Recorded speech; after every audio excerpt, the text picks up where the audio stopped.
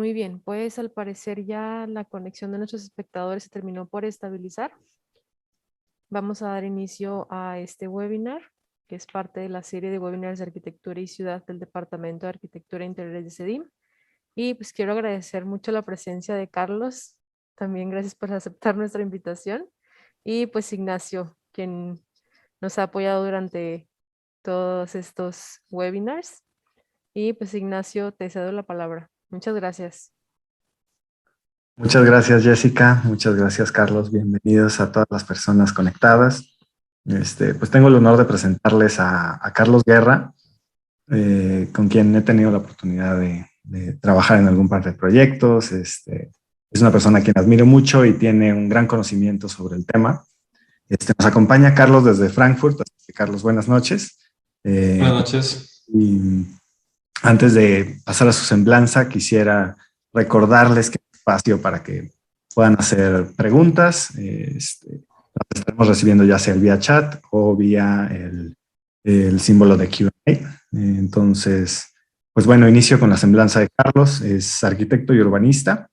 Se ha desempeñado como consultor, analista e investigador en el área de proyectos urbanos y desde 2018 trabaja en Albert Speer Partners, en donde se desarrolla proyectos y competencias internacionales de diseño, planeación urbana, regional y estratégica. Adicionalmente, se desempeña como experto en sistemas de GIS, sistemas de información geográfica, para la planeación regional y la gestión del uso del suelo. Entonces, pues bienvenido, Carlos, otra vez a Monterrey, pero desde lejos. Te cedo la palabra y adelante.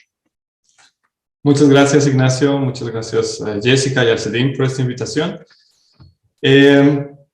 Sí, para el día de hoy quisiera compartirles un poco de mi experiencia en estos últimos años. Como Ignacio lo comenta, yo estudié en la ciudad de Monterrey y desde hace algunos años estoy trabajando acá en Alemania. Y parte de lo que quisiera compartir con ustedes hoy es esa comparativa y ese análisis entre tres realidades distintas, lo que es la realidad de Monterrey, lo que es la realidad de Frankfurt, la ciudad en la que la oficina está ubicada y en la que vivo, y sobre todo en la realidad del Medio Oriente. Tenemos la oportunidad de trabajar con países como Arabia Saudita y Qatar, que tienen también condiciones y características muy particulares. Entonces, parte de lo que quisiera hablar hoy es como esa comparativa entre estas tres realidades, que a veces son similares, a veces son un poco contrastantes. Para hacer eso, he preparado tres preguntas. La primera, más introductoria: ¿qué hace un urbanista? La segunda, ¿cuáles son los principales retos que enfrenta un urbanista? Y la tercera, ¿con qué me quedo de mi experiencia en Alemania hasta ahora? De la primera, empiezo por decir que siempre que yo digo que soy urbanista, muchas personas lo primero que me preguntan es, ok, ¿qué es eso? O sea, ¿es como un arquitecto? ¿No es como un arquitecto? ¿Cuál es la diferencia? ¿Es ingeniero civil? Entonces, sobre todo también en línea con todas las otras series de conferencias que han sido parte de este evento de arquitectura y ciudad, quisiera hablar un poco de acuerdo a lo que yo he visto y de lo que hacemos también aquí en Albert Speer Partners, ese panorama general de qué hace un urbanista con algunos ejemplos, porque obviamente muchas veces solo se piensa en la parte de diseño, es decir, es como un arquitecto pero a escala ciudad, pero no solo se limita a la parte de diseño urbano, también hay planeación urbana estratégica, planeación urbana regulatoria, está todo el tema de permisos, usos de suelo, gestión urbana, inclusive investigación. Y algo de lo que quisiera que se quedaran también con esta plática del día de hoy es que por todas las áreas que abarca el urbanismo, no necesariamente ser urbanista quiere decir voy a estar diseñando, voy a estar planeando. Hay muchas otras áreas que involucran esta misma profesión. La primera obviamente es diseño urbano. Este es un ejemplo de un proyecto que hicimos para la ciudad de Riyadh, en Arabia Saudita, que es la non-profit City General Prince Mohammed bin Salman. Y pues obviamente en temas de diseño urbano va las consideraciones generales de edificios, no necesariamente cómo diseño de cada edificio en particular, sino como cómo se relacionan los edificios con el espacio público, cómo se relaciona eso con los sistemas de transporte. En este caso, por ejemplo, es un proyecto de un plan maestro de una nueva zona de la ciudad que se está desarrollando y qué implicaciones tiene, por ejemplo, con los elementos naturales. En este caso, no es per se un río, sino es un wadi, un bradi. Y que obviamente en cuestiones de diseño también tiene la oportunidad de participar en concursos, en premiaciones. En este caso, hemos tenido la suerte que este proyecto fue galardonado como parte del German Design Award de este año. Pero bueno, me parece que esto queda claro en términos generales. Más allá de la parte del diseño, la segunda área de la que quisiera hablar es planeación urbana. Planeación puede ser desde varias perspectivas. Una, en esta primera, es la consultoría estratégica, que va no solamente la parte urbana, sino también la parte regional, inclusive la parte nacional. Estos son todos ejemplos de proyectos que hemos desarrollado aquí en la oficina, que van, por ejemplo, desde una planeación regional de cómo se van a establecer una conexión entre todos los diferentes, por ejemplo, fuentes de energía de un área regional, sistemas de transporte, manejos de recursos, sistemas de, por ejemplo, ciclovías o vías recreacionales, patrimonio histórico. En la parte de consultoría estratégica, que aquí pongo público y privado porque puede ser desarrollado tanto como parte de una empresa de consultoría o planeación, como parte dentro de la misma oficinas de gobierno, o sea, de los mismos institutos o departamentos de gobierno.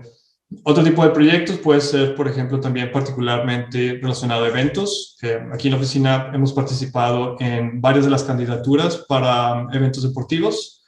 Particularmente la última y muy reciente para este año sería la candidatura para Qatar, en la que se tiene que ver, en el punto de vista estratégico, cuáles son los requisitos en términos de estadios, de infraestructura, que van a ser necesarios, cuáles son las áreas que se pueden pues asignar para este tipo de programas que van a ser necesarios.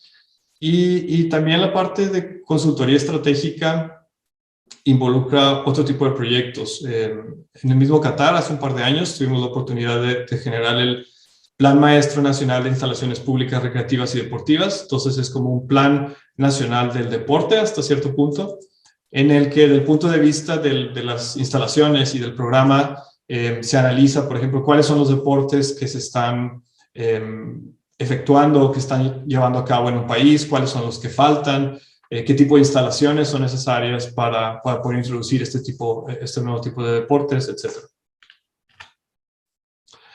Ahora aquí, en parte dentro de esta área de planeación estratégica, quisiera plantearles un ejemplo, ¿no? Y aquí es donde empiezo a mezclar también un poco de lo que hace la ciudad de Frankfurt. Frankfurt desarrolló o está desarrollando este plan que se llama el Plan 2030, en el que empieza planteando 4 escenarios. Entonces dice, la población va a seguir creciendo, y qué implicaciones tiene eso en términos de densidad y dónde va a crecer esa población. Entonces dice, puede ser que la población se concentre solo dentro de la zona que ya está urbanizada, entonces, bueno, eso va a implicar que la ciudad va a crecer más en vertical. Puede ser que la ciudad tenga que expandirse más hacia las zonas conurbanas, pero ¿qué implicaciones tiene, por ejemplo, para el transporte público? Entonces, analiza todos estos 4 escenarios para generar una idea y también para tener claro cómo es que la ciudad quiere crecer a futuro y qué implicaciones tiene o qué es lo que se tiene que empezar a hacer para que se pueda dar de esa manera. Y eso me parece claro cuando, por ejemplo, vemos una imagen, la que está en la parte superior, de dónde están todos estos rascacielos y edificios de más de 50, 100 metros. Entonces, hay una estrategia de dónde ubicarlos, cómo integrarlos en el desarrollo de la ciudad para poder, por un lado, seguir preservando algunos edificios históricos y poder pues seguir consiguiendo espacio suficiente para todas las necesidades en cuanto a áreas comerciales, áreas habitacionales, etc. Y esto lo pongo en comparación ahora con el área de Monterrey, que solo sabemos que si bien es una de las ciudades que también ha estado creciendo en vertical en los últimos años, queda claro que muchas veces pareciera más como una serie de iniciativas o estrategias o proyectos individuales sin una idea clara de cómo es que la ciudad en conjunto está creciendo y todas las implicaciones que tiene también para poder tener, por ejemplo, un sistema de transporte público eficiente, si la mayoría de las viviendas son unifamiliares o si es una ciudad muy extensa. Dentro de esta misma línea de ejemplos de la ciudad de Frankfurt, tiene que también ver con la planeación de estrategia desde el punto de vista de cómo se fortalece la resiliencia urbana, cómo a partir de lo que sabemos hoy podemos también trabajar para tener un mejor manejo de recursos y una mejor preparación ante desastres naturales. Y en el caso de Frankfurt, tiene lo que ellos llaman el Integrated City Development Concept, el concepto de desarrollo integral de la ciudad. Entonces, en eso analizan, por ejemplo, cuál es la demanda energética, cómo se está gestionando la basura, cuáles son las sinergias que puede haber, por ejemplo, entre el manejo de desechos y la generación de energía, etcétera. Todo para tener claro en dónde estamos ahora y cómo es que queremos estar en los próximos años. Y esta área en particular de la planeación estratégica se ve, y particularmente estos últimos años, es clave en el área de Monterrey, ¿no? Cuando hablamos de temas de manejo de agua, cuando hablamos de temas de contaminación ambiental, son problemas que evidentemente no se pueden resolver de un día para otro y que si queremos llegar a ese escenario 2030, 2040 en el que haya una estrategia y una idea clara de cómo afrontar estos problemas, es necesario ir generando un plan de acción a mediano, largo y corto plazo.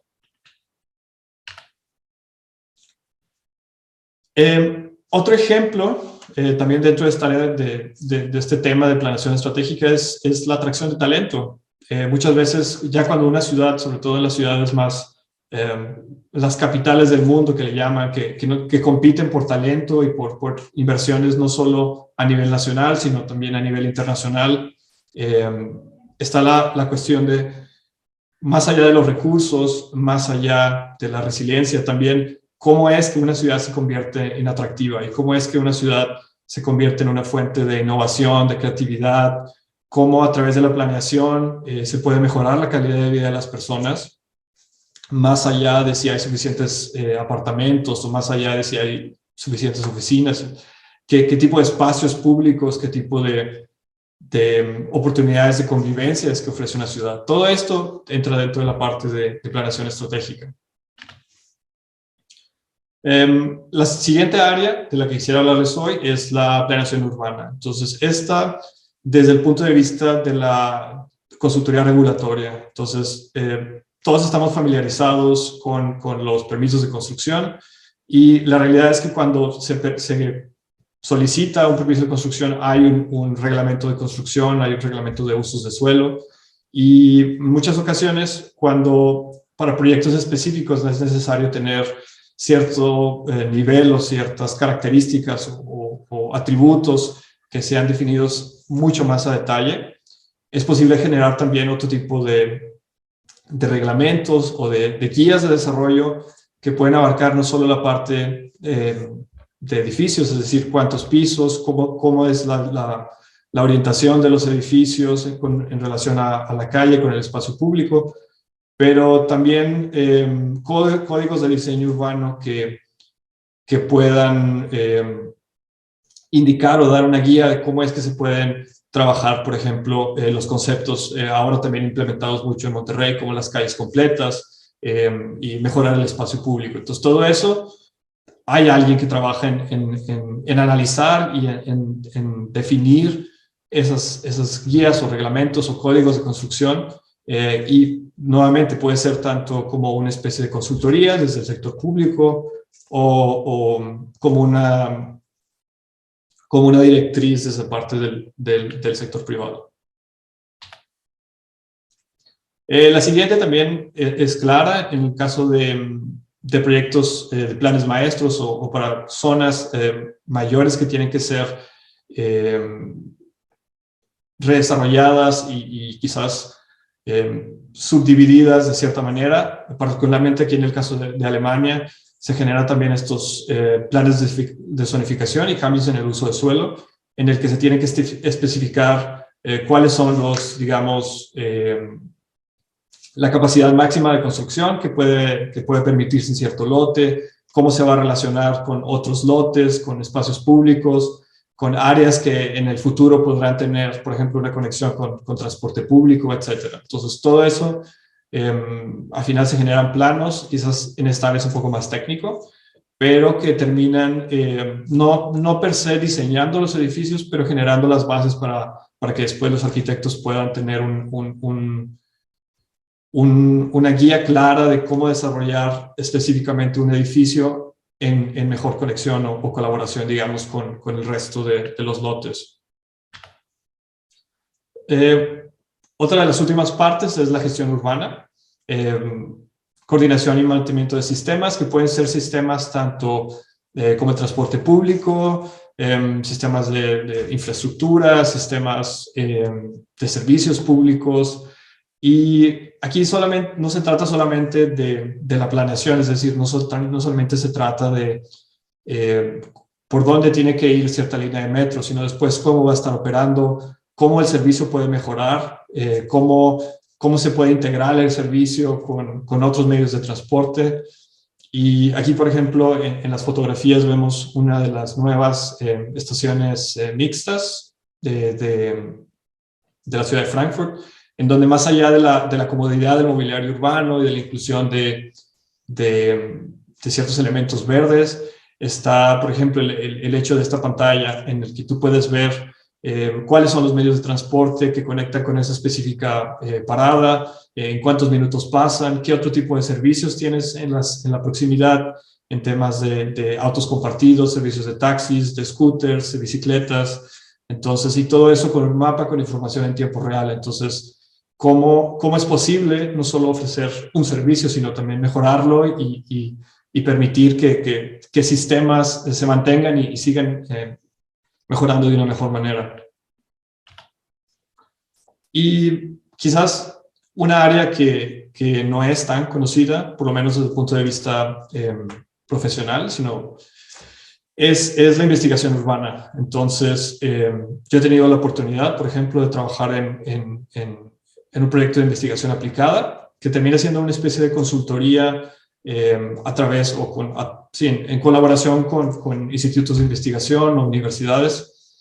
Pero la investigación urbana, más allá de la parte académica, es decir, de la parte de publicación o estudiar un posgrado, tiene también un impacto en la vida profesional y ya sea tanto desde la parte editorial, que quizás pues la parte más, digamos, más de opinión, como la parte académica, que es en la generación de conocimiento, en la parte también de documentación de muchos de los procesos, y investigación aplicada que terminan siendo también la aplicación de muchos de los conceptos académicos, como una especie de consultorías, también, que puede ser también para organismos, sobre todo de desarrollo y de colaboración internacional.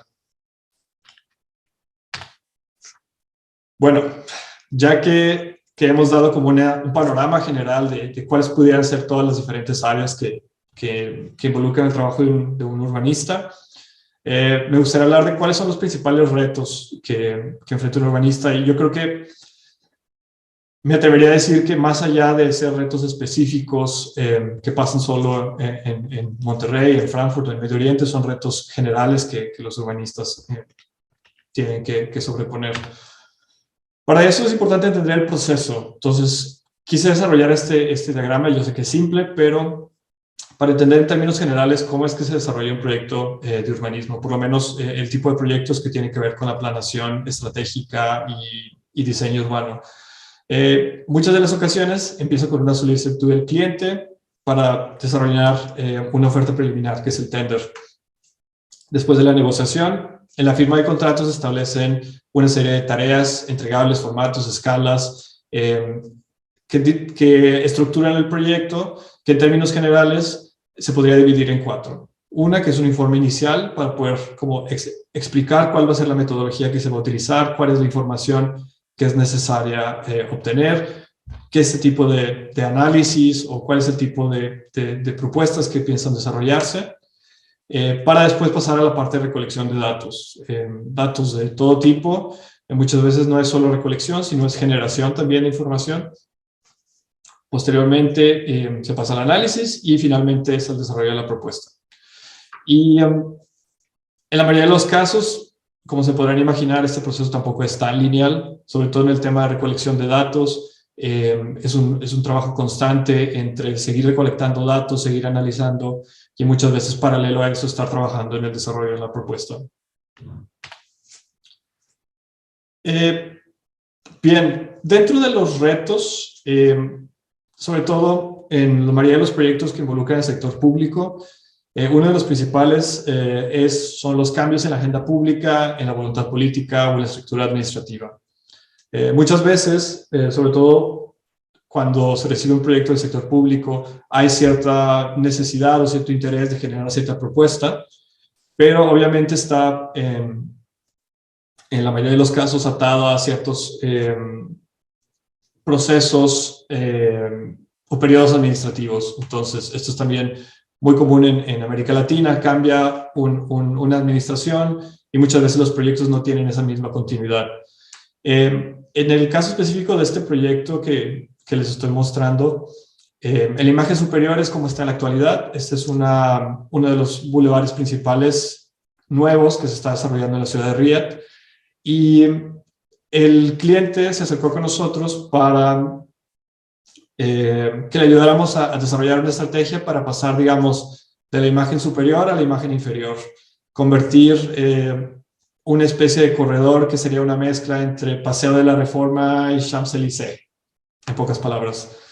Y claro, pues nosotros obviamente empezamos a trabajar en esa propuesta, pero más allá de plantar árboles y construir edificios, nos topamos con las intersecciones. Entonces le dijimos, bueno, perfecto, pero si tú quieres pasar del punto A al punto B, tienes que también trabajar las intersecciones, porque tú tienes intersecciones que podrían bien ser intersecciones de autopistas, carreteras, en una zona que tú quieres que tenga un carácter mucho más urbano. Entonces, si queremos hablar de verdaderamente pasar de esta autopista urbana a este bulevar, tenemos que hablar también de trabajar las intersecciones y cómo se puede redesarrollar esta intersección para hacerla más urbana, para que también el punto de vista de la peatonalidad y el espacio público pueda mejorar, con todas las implicaciones logísticas y obviamente en fases que eso pueda tener.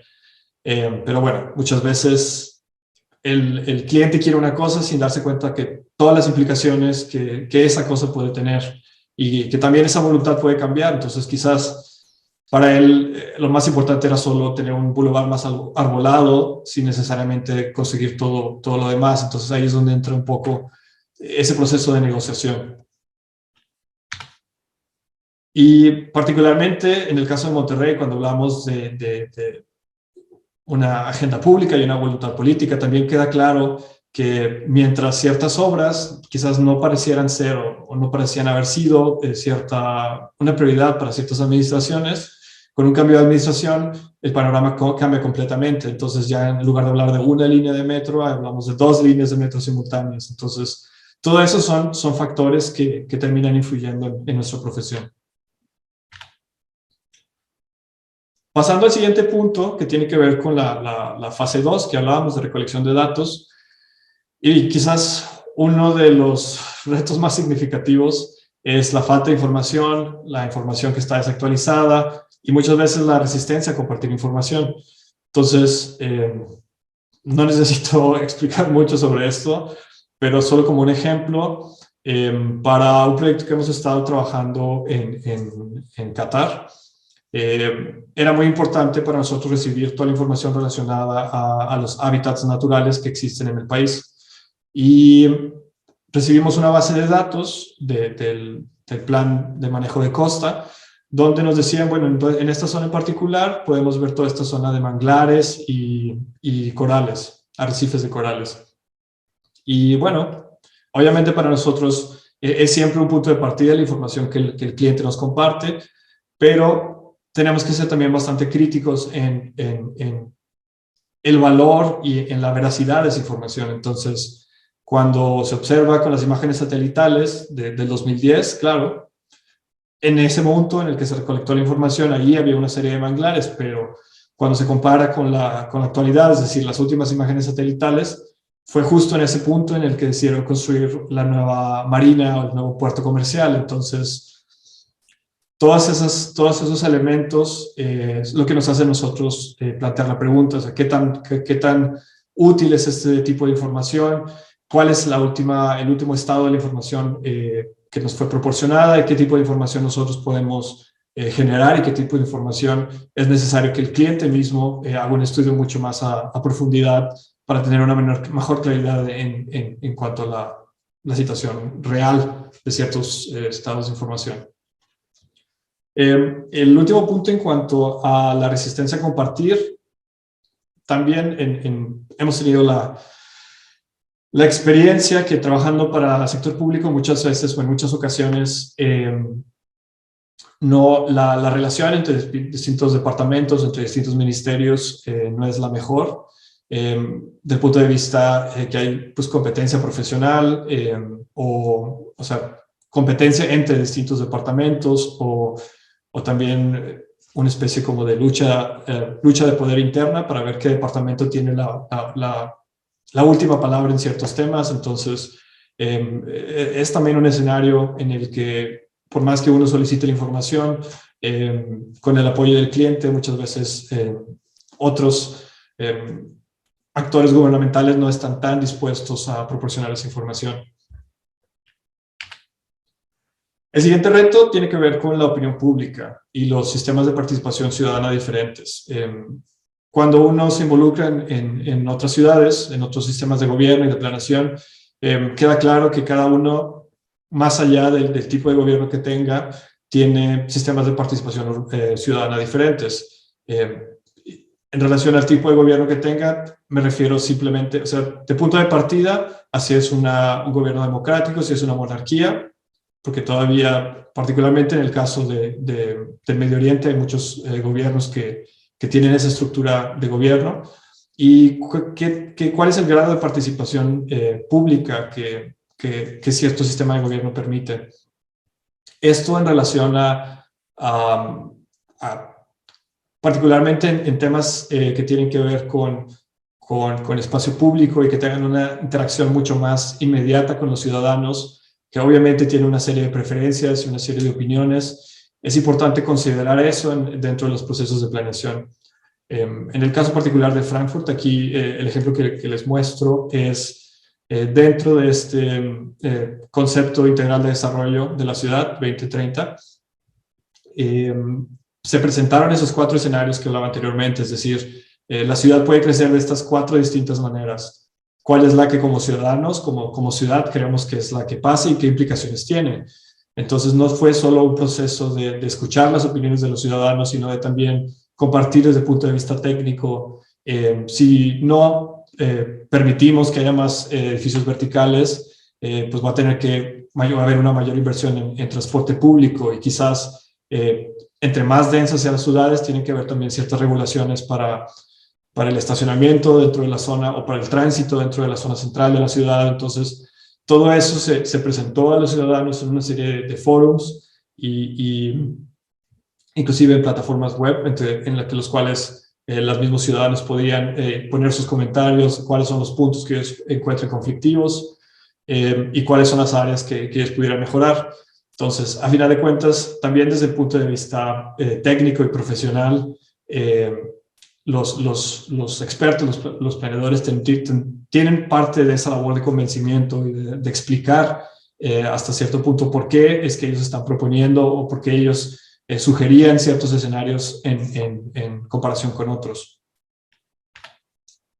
Y la importancia de eso queda clara. Entonces, por más que ciertas administraciones tengan las mejores de las intenciones o que tengan proyectos que desde el punto de vista técnico funcionan o deberían ser implementados en ciertas ciudades, no se puede dejar de lado o no se puede ignorar la opinión de las personas, porque al final la ciudad no es solo una cuestión técnica, no es una cuestión que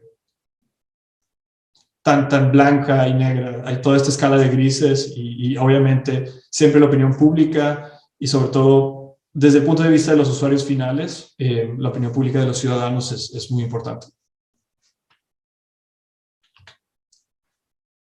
Otro de los retos, y creo que ya no me quedan tantos, pero otro de los retos de los que quisiera hablarles ahora, y estas imágenes son solo como una serie de ejemplos de proyectos o de preguntas que me he tenido que hacer como parte de estos proyectos de planeación estratégica. Como urbanistas, nuestra labor no es resolver todos los problemas. Nosotros tenemos que tener una visión estratégica, pero también tenemos que trabajar e informarnos con una serie de expertos multidisciplinarios y hacer nuestra propia tarea de una investigación constante para estar informados sobre qué es lo que los estándares internacionales solicitan, qué es lo que se hace en otras partes, porque de repente, por ejemplo, en la imagen superior izquierda, para un proyecto en Arabia Saudita nos preguntaron ¿cómo podemos saber si este tipo de construcciones debería ser considerado patrimonio histórico? Entonces, pues obviamente la definición de patrimonio histórico varía dependiendo de qué tipo de patrimonio histórico, cuál es la representación, el simbolismo que ese tipo de construcciones tiene para los ciudadanos de ese lugar en particular, y todas las implicaciones desde el punto de vista de planeación. Si tenemos que proponer un área en la que no se puedan construir edificios nuevos para proteger este tipo de edificaciones históricas, qué tan grande tiene que ser y por qué, y cómo se define esa medida. Entonces, todo esto no son respuestas que uno pueda resolver en su oficina un día solo en función de lo que siente. O sea, tiene que estar informado de sus decisiones y consultarlo con los expertos e investigar con las fuentes que trabajan ese tipo de temas. En la imagen superior derecha nos preguntan, bueno, ¿cómo saber si esta área en específico debería o no tener una protección medioambiental? ¿Cuál es el valor medioambiental de este tipo de ecosistemas? En la imagen inferior izquierda, ¿cómo saber en este tipo de topografía si es mejor instalar un teleférico o tener otros sistemas de transporte o manejarlo con un sistema de transporte vial, con carreteras, autobuses? Entonces, todo esto son solo ejemplos del tipo de preguntas con la que nos vemos enfrentados y que como parte de esa planeación estratégica es también necesario poder dar una guía y por lo menos una manera de comenzar con una discusión y de involucrar a las personas que tengan que estar en esta discusión para poder tomar una decisión en conjunto.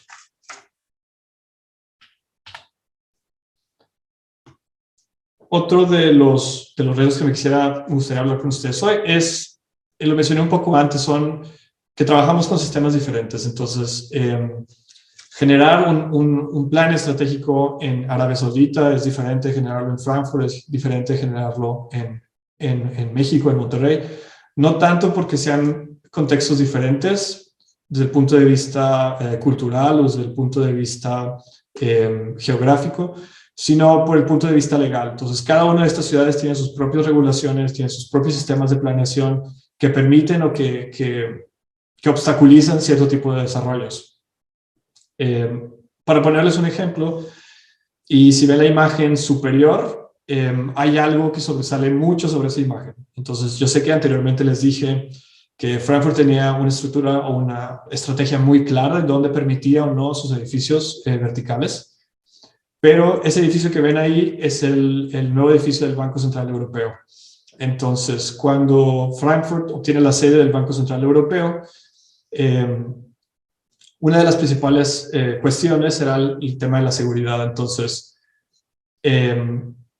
el Banco Central Europeo quería estar en una zona en la que no tuviera otras torres muy cercanas a ella para poder también garantizar un mejor manejo de su seguridad.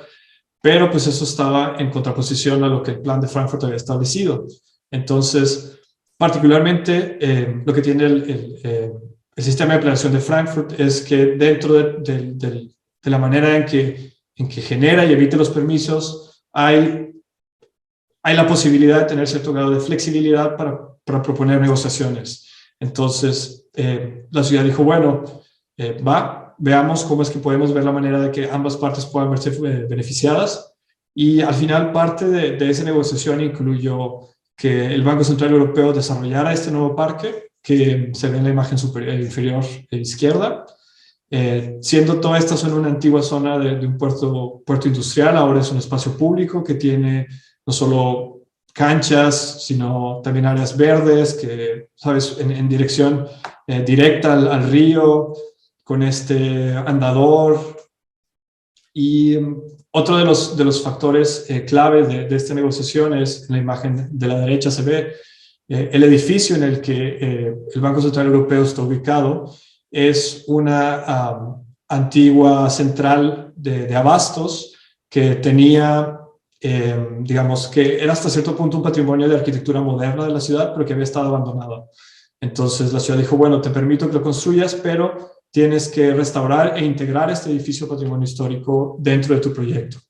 Entonces, no solo se trató de si era posible o era legal o no construir un edificio en cierto punto, sino cómo la construcción de cierto edificio, que además de la parte de impuestos, generación de empleos, puede ayudar a mejorar la calidad de vida de la ciudad en temas de espacio público, en temas de patrimonio histórico. Me parece que inclusive uno de los puentes que se ve en la imagen de superior fue también parte de esta negociación y fue construido a raíz de esa necesidad de mejorar la interconexión vial con este proyecto, etc. Entonces, en comparación con eso, ¿qué pasa cuando tenemos un sistema de planeación que tiene, por ejemplo, coeficientes de uso de suelo libres? ¿Qué implicaciones tiene para la ciudad, para el tipo de edificios que podemos construir? ¿Qué implicaciones tiene tener reglamentos de construcción que tienen definiciones de estacionamiento mínimo muy estrictas? Y cómo ese estacionamiento se ve reflejado después cuando los edificios están construidos. O sea, ¿por qué todas estas nuevas torres de departamentos tienen que tener estos podiums con todos los cajones de estacionamiento? Porque no hay un transporte público. Y cómo por ejemplo, como se está realizando en Ciudad de México, es posible que quizás la inversión que se haría para esos cajones de estacionamiento vaya para construir nuevas líneas de Metrobús, nuevas líneas de metro, de tranvías, de autobuses. ¿Sabes? Entonces, ¿cómo un mismo sistema puede llevarte, obligarte a que construyas cierto tipo de edificios, mientras otro sistema te puede facilitar esa flexibilidad para encontrar una mejor solución a ciertos problemas? Y uno de los últimos de los que me gustaría hablarles hoy es de los largos plazos y procesos de implementación. A diferencia de un arquitecto, si bien construir un edificio, sobre todo torres o edificios rascacielos, puede llevar varios años, es importante en los procesos de planeación tener en cuenta que lo que sea que se planee hoy va a necesitar los próximos 10, 15 años o 20 años para poder estar realizado. Para ponerles un ejemplo, el proyecto que les mencionaba anteriormente del Prince Mohammed bin Salman City es un proyecto que inició como un concurso en el 2018, ya que fuimos seleccionados como la oficina para desarrollar la propuesta ya en detalle. En 2019 empezó el trabajo del proyecto ejecutivo y se entregó a finales de ese año.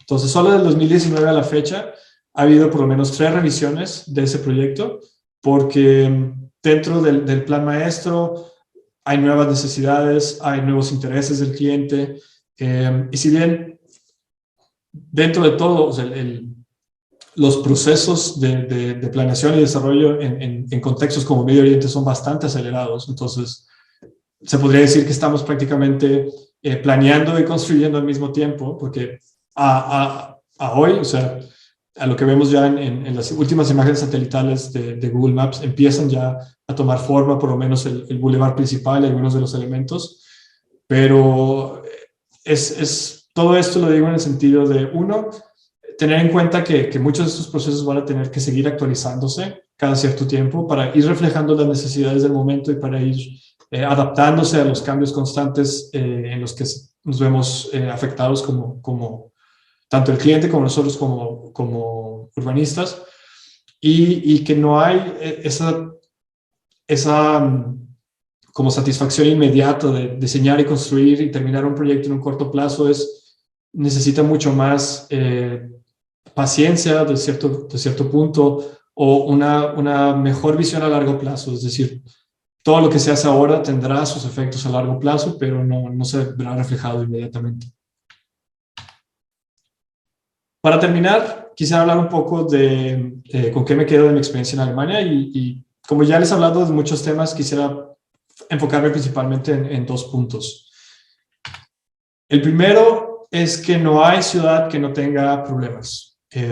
Todas las ciudades tienen contextos diferentes, todos tienen necesidades cambiantes, y parte, yo creo, de lo que hace tan rica esta profesión es que dependiendo del lugar en que nosotros trabajemos y en el contexto en el que nos desarrollaremos, es el tipo de retos y es el tipo de preguntas que tenemos que empezar a plantear. Entonces, mientras en Monterrey se discute sobre cómo mejorar el transporte público, cómo mejorar el espacio público y la contaminación, en Alemania, por ejemplo, uno de los temas principales es cómo podemos desarrollar apartamentos que sean asequibles o que todas las personas puedan pagar, que no estén, cómo controlar la especulación inmobiliaria desde el punto de vista de los apartamentos y de las viviendas.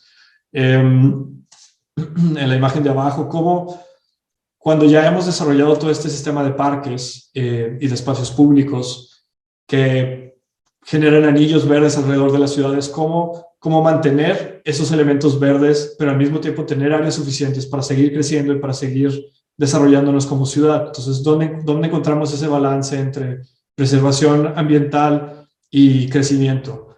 Y particularmente, como les mencionaba antes, con el caso del Banco Central Europeo, que dentro de las ciudades que tenemos y que ya tienen un sistema de transporte existente, con espacios públicos existentes, ¿cómo podemos reconvertir todas las partes de la ciudad que ya no son útiles o que ya han quedado abandonadas o que pudieran reubicarse en otras zonas para poder ofrecer apartamentos a precios asequibles dentro de las zonas urbanas, etcétera, etcétera?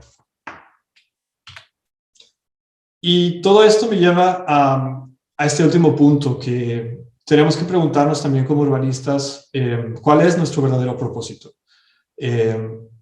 Muchas veces trabajando es fácil dejarnos llevar por el tema de los premios, de los récords, de la magnicidad de los edificios más grandes, las obras más grandes, los parques más grandes, pero parte de lo que tenemos que siempre tener en cuenta, por lo menos desde mi punto de vista, lo que tenemos que tener en cuenta es que mucho de lo que hacemos tiene que ser para mejorar la calidad de vida de los ciudadanos. En estas imágenes que les muestro, por un lado es una ciclovía que fue construida en Qatar, que es de 32 kilómetros de largo, que corre a lo largo de una autopista. Y sí, desde el punto de vista del récord Guinness, es la ciclovía más larga del mundo. Pero, ¿qué calidad tiene en cuanto a los usuarios que la usan y que tienen que transitar por ella?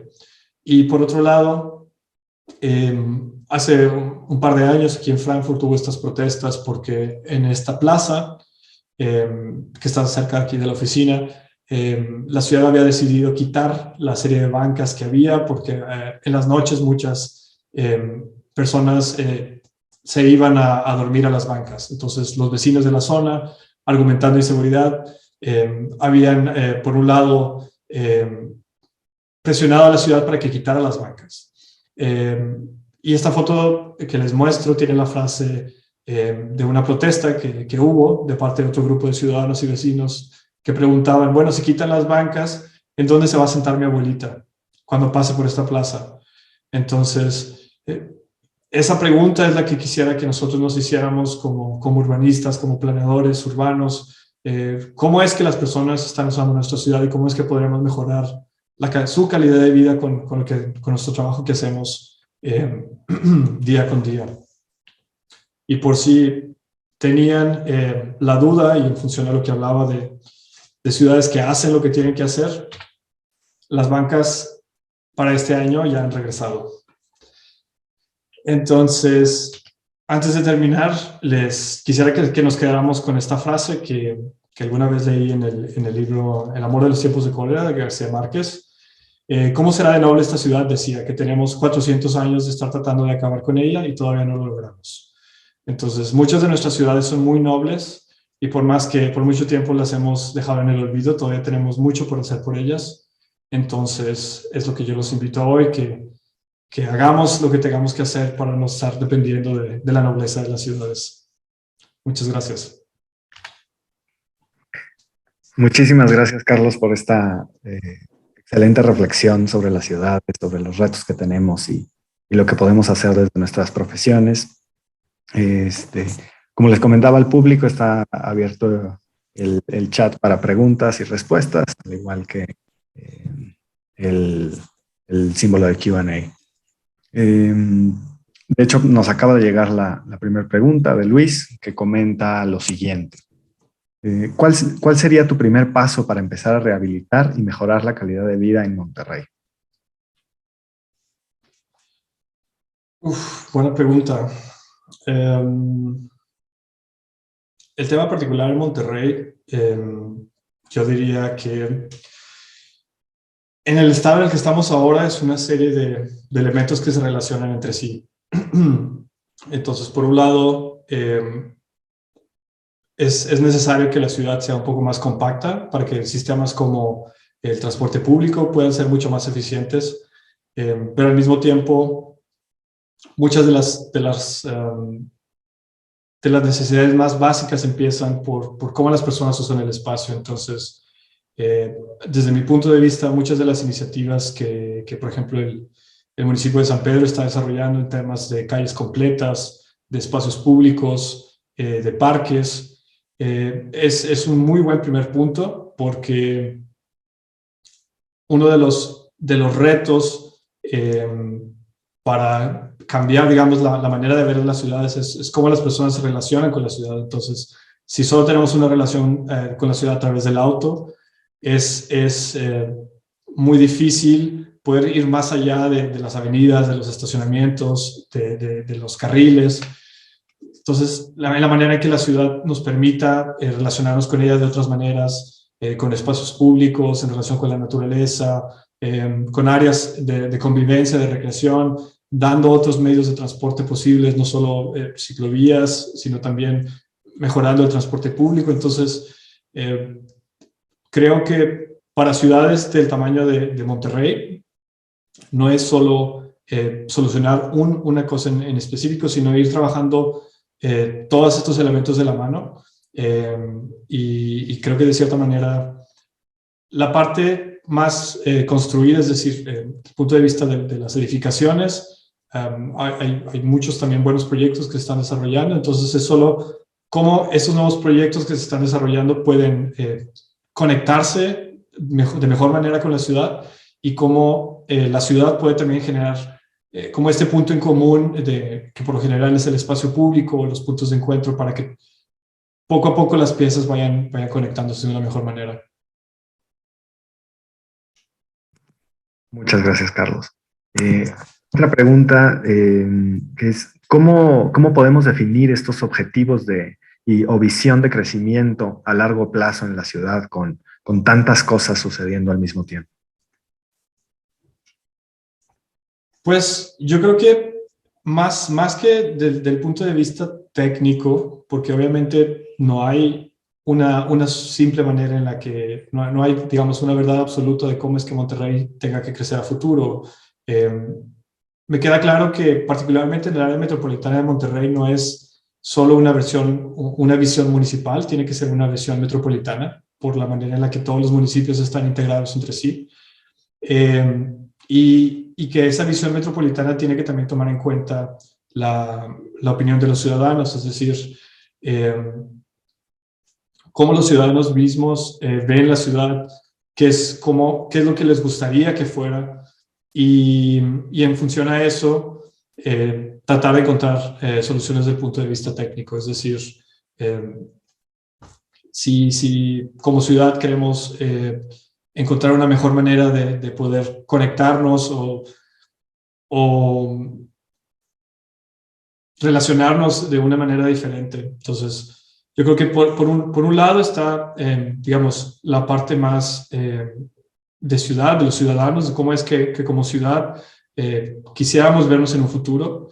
Y por otro lado está toda la parte técnica, que es la que ayuda a que eso funcione. Entonces, obviamente hay cuestiones como, por ejemplo, corredores ecológicos o ventilación natural, absorción en temas de contaminación. Entonces, hay una serie de estrategias que muchas ciudades en el mundo están implementando, pero en la medida en que no haya los institutos, en el sentido como los actores que coordinen todos los elementos o todos los miembros que están involucrados en este proceso de ciudad, terminan siendo como piezas aisladas dentro de este como rompecabezas. Muchas gracias. Otra pregunta. ¿Qué tipo de liderazgos y con qué visión hay que fortalecer en la ciudad para que se den este tipo de actuaciones? Creo que, por un lado, digamos, yo veo dos escalas. O sea, desde el punto de vista más local, esta estructura de las asociaciones de vecinos ha resultado bastante, ha contribuido bastante en ciertos proyectos. Particularmente tengo en mente el Distrito Tech, y cómo a través de la coordinación con los vecinos ha sido posible ir generando estrategias de mejoras de espacios públicos, de integración con la comunidad, etcétera. Pero al mismo tiempo, digamos, esa estrategia que tiene que ver con digamos, al nivel más local, con muchos de la muy buena labor que muchos de los colectivos en la ciudad de Monterrey han estado haciendo por todos estos años, tiene que tener al final el respaldo de los institutos de planeación. No solo, o sea, por un lado, es necesario fortalecer a los institutos de planeación con recursos, con información, con capacidades técnicas, y por otro lado también es necesario, y particularmente para el área de Monterrey, me parece muy importante fortalecer esa figura a nivel metropolitano, que muchas veces queda, digamos, vacía. O sea, hay un poder estatal, hay un poder municipal, pero para muchas cosas que pudieran estar funcionando o coordinando a nivel metropolitano, muchas veces falta esa autoridad que ha sido desarrollada en otras ciudades. Por ejemplo, en la área metropolitana de Guadalajara existe, y que aunque quizás pudiera tener un rol mucho más supervisorio o de coordinación, creo que ese tipo de autoridades podría hacer una mejor integración entre los diferentes niveles, es decir, desde el nivel metropolitano, el nivel municipal y a nivel de vecindario con las asociaciones de vecinos.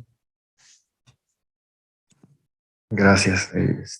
Otra pregunta. Desde este tema de fortalecimiento de liderazgos, también hay bueno, por lo menos yo percibo un vacío en cómo los liderazgos se traducen en normativa y en política pública y en intervención.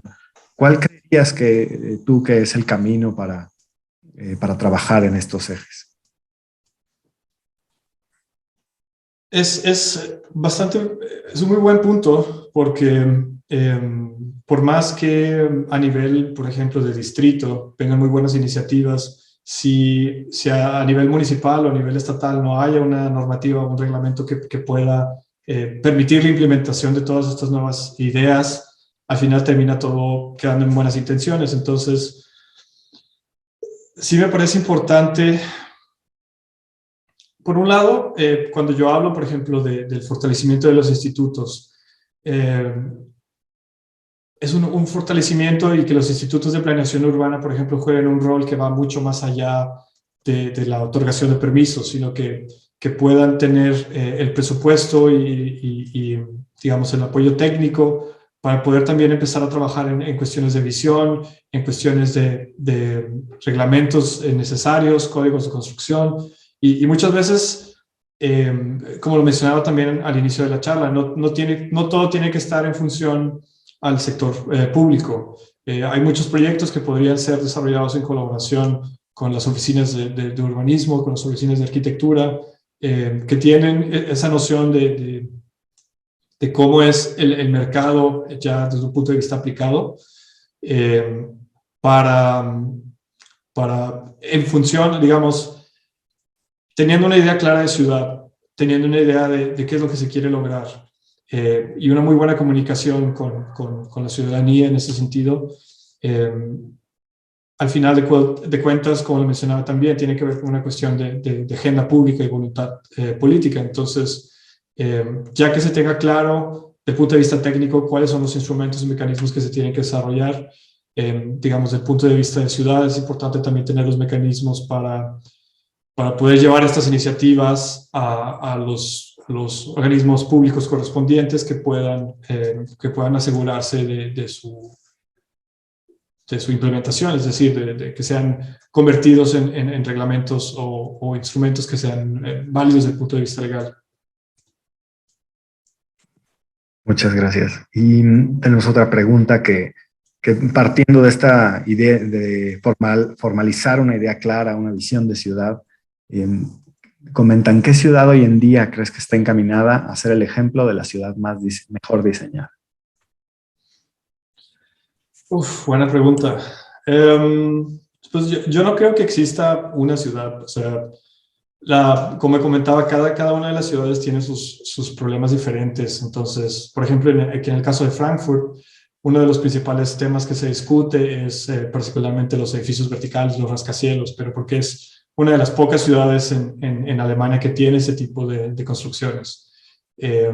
Si uno piensa en Vancouver, no solo tiene la parte de construcción de rascacielos, sino también se habla de toda la protección ambiental, pero también porque está en una situación directa con la costa. Entonces, yo creo que más que exista una ciudad que esté haciendo las cosas bien, lo importante es como urbanistas seguir haciendo nuestra tarea, seguir haciendo nuestra investigación, seguir documentándonos, informándonos para poder justo tomar las mejores decisiones, tomar las mejores ideas que otras ciudades están implementando y poder ver la manera de cómo pues, tanto mejorarlas para el contexto que cada una de nuestras ciudades tiene, como también proponer nuevas ideas. Entonces, ahí es donde creo que tanto generar un sistema que permita desarrollar nuevas ideas como generar todos los mecanismos que fomenten esa innovación son fundamentales, porque también queda claro que no es lo mismo implementar ciertas iniciativas en estas megalópolis como en Ciudad de México,